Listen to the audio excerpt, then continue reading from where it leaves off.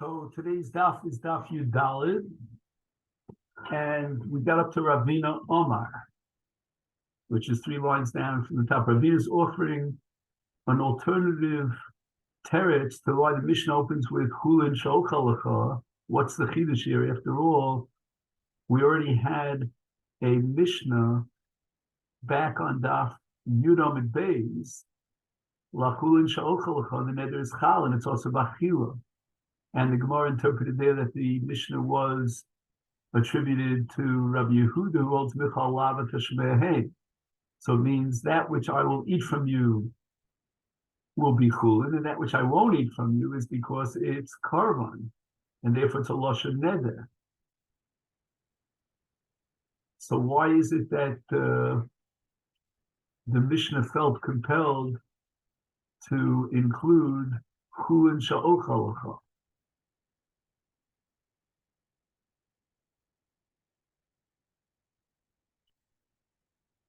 Now, when we say chulin sh'ochalacha, it means that which I will eat from you will be chulin. I mean, obviously, that's not a lashon neder.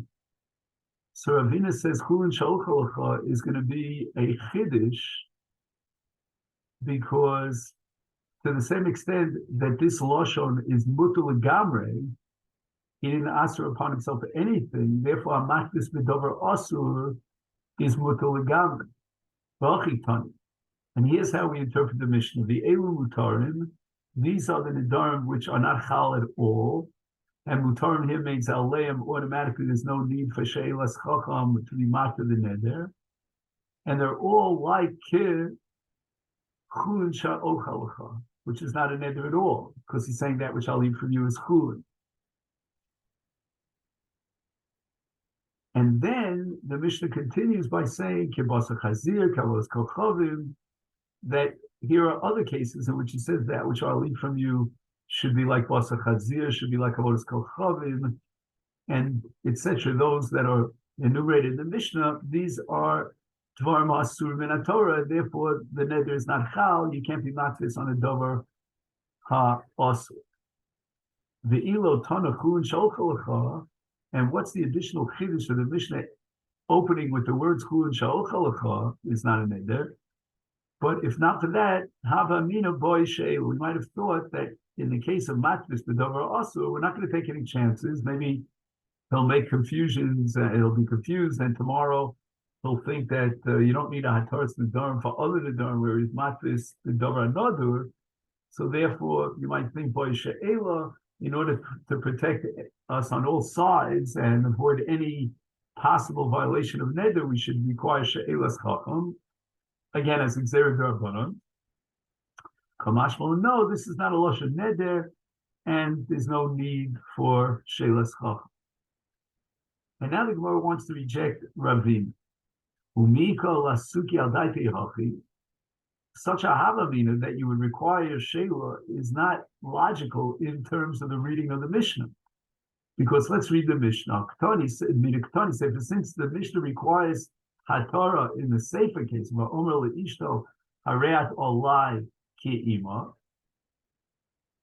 where he was matfis be'ima, which means it's a hatfasa b'davar asur. Poschalo pesach b'makom acher, we require in this case she'elas chacham, and the Gemara will soon explain why. And there's a chash that he might make a mistake about this. So therefore, I could derive and deduce that Michal Dereisha, until now, whatever the Mishnah has listed, lo boy she'ela, because the Gemara understands that the Mishnah goes out of its way to require she'ela dafka in the case of ha'omer l'ishta re'ed alai ke'ima, implying that in all the Lashonos that the Mishnah had mentioned and enumerated earlier in the Mishnah, that would be mutter me'elov without any requirement of she'elas chacham. It's only the sefer where he prohibits his wife upon himself, like his mother, by being matris in davar asur in his mother. That's where we required she'ela. Because again, if in the first Lashonos, the earlier Lashonos mentioned in the Mishnah, in the Reisha, they would require she'ela, then why did the Mishnah link all of these together, all these dinim, and say al kulam in all these cases, poschilo mimakom pesach mimakom ach. So even if the Mishnah had left out chulin shalchalacha, we would know and we would understand from the language of the Mishnah, we could be medayik from the language of the Mishnah, that in all these cases there's no need for she'elu, but rather mutar me'elin. Therefore, we have to go back to the original parents that we discussed yesterday, earlier on this Amud, that chulin memela naspa, that the case of chulin shalchalacha is brought for no real chidush. It's just agav all the other lashonos which are not valid Nedarim.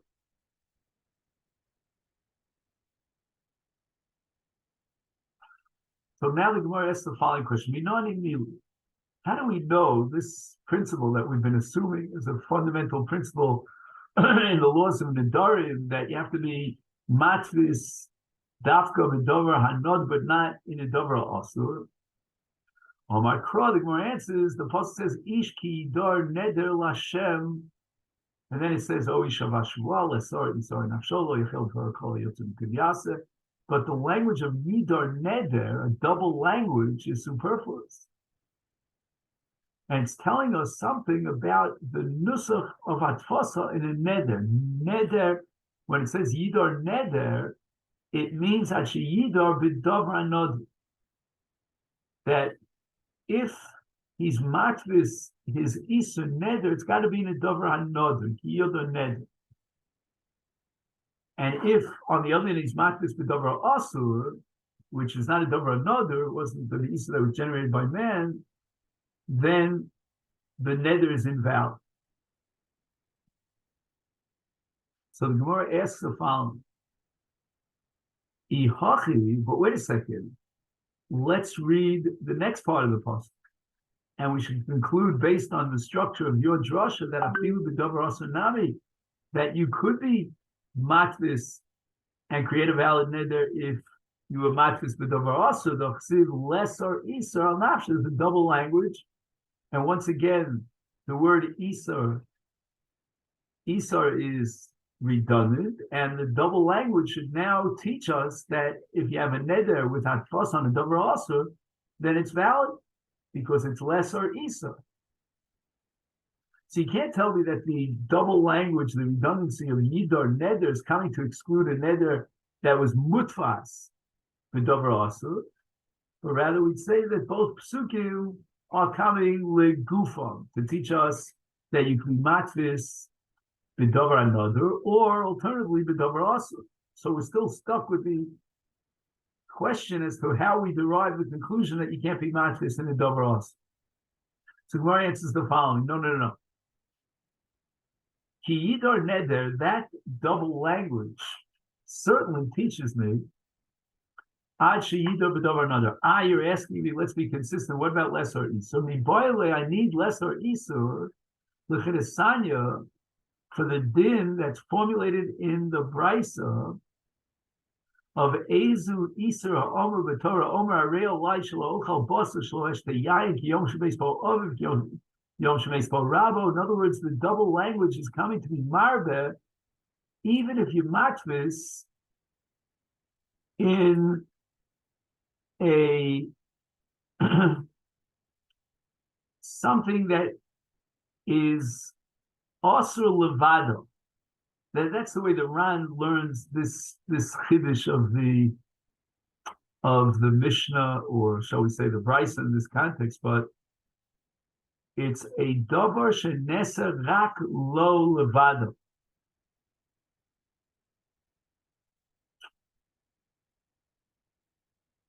And that's called Yom Shemeis Po Of. And nevertheless, even though it's lo levado, no one else is awesome on that day except for you, so it's not really an Isur that's objective, it's only subjective, it's Meispo Aviv. I might think that Atfos in such a davar another is not valid. Kamashval, it is valid.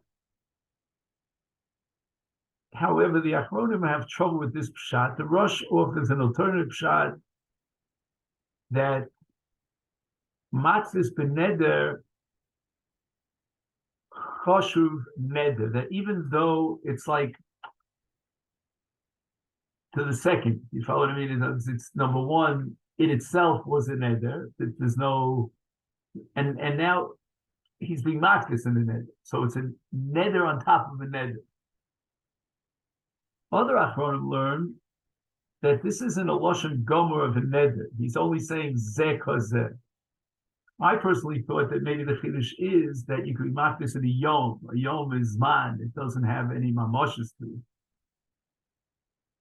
The Mishnah says, "Omer leishto arei at olai ki ima poskelo pesach makom acher shelo yekel rosho bekach." So the Gemara asks a stira uraminu.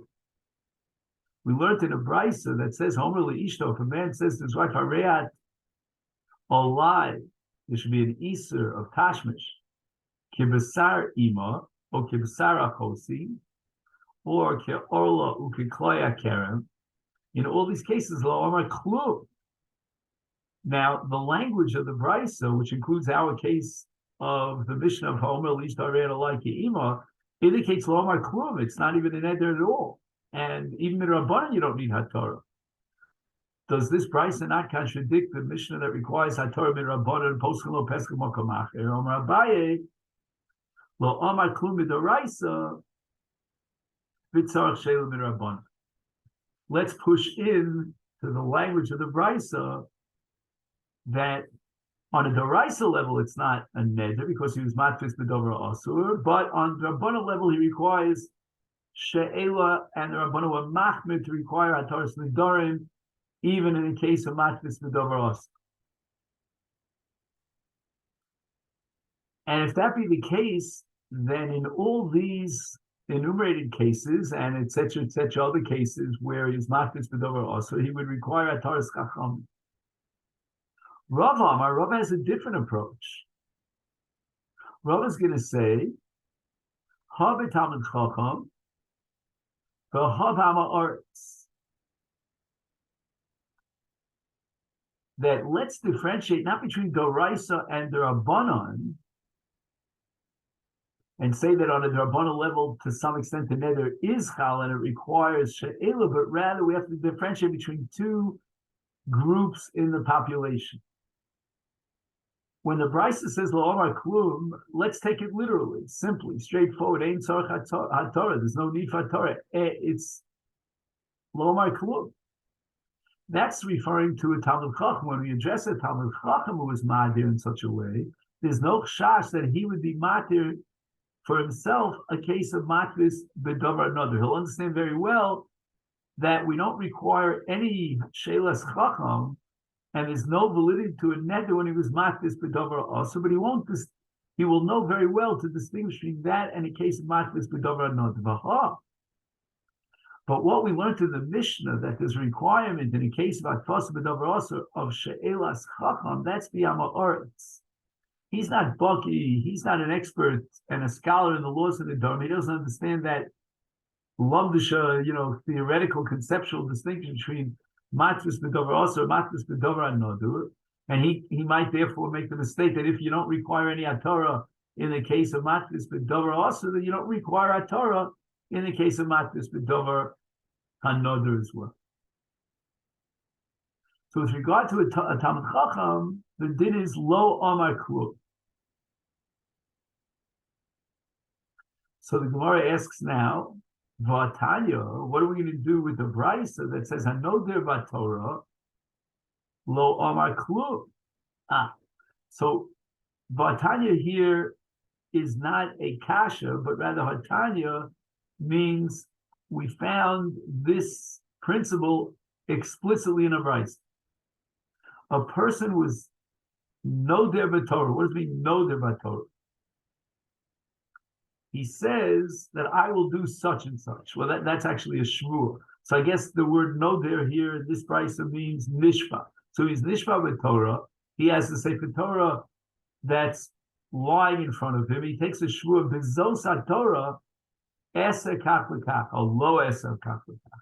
Lo amar klum, this is not a shvua, because he's having kavana to be matvis in the gilyon, the gvilin of the Torah itself, the parchment of the Torah.